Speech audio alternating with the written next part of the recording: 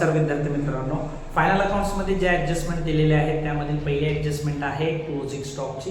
Closing स्टॉकचा अर्थ काय होतो बघा, वर्षाच्या अकाउंटिंग इयरच्या एंडला 31 मार्चला जितके गुड्स अनसोल्ड आहेत, जे गोडाऊनमध्ये शिल्लक आहेत किंवा शॉपमध्ये शिल्लक आहेत, त्यांना आपण क्लोजिंग स्टॉक म्हणतो. क्लोजिंग स्टॉकचं व्हॅल्युएशन आपल्याला करावं लागतं, प्रॉपर व्हॅल्यूला शो करावं लागतं. म्हणजे जे गुड्स आपल्याला किती रुपयांना पडले किंवा आपल्याला ते गुड्स बनवण्यासाठी किती खर्च आला त्याला आपण कॉस्ट प्राईस बोलतो.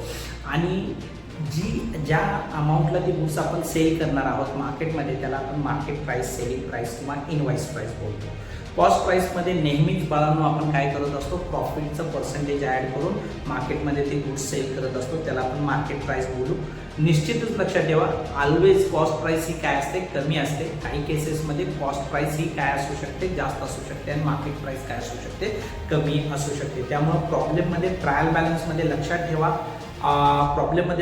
की दोन्ही व्हॅल्यूज दिलेले असतील तर दोन्हीपैकी जी अमाऊंट कमी आहे त्या अमाऊंटलाच आपल्याला क्लोजिंग स्टॉक शो करायचा आहे. क्लोजिंग स्टॉक शो करत असताना ट्रेडिंग अकाउंटच्या क्रेडिट साईडला पहिला इफेक्ट होईल आणि दुसरा इफेक्ट बॅलन्स शीटच्या असेट साईडला होणार आहे.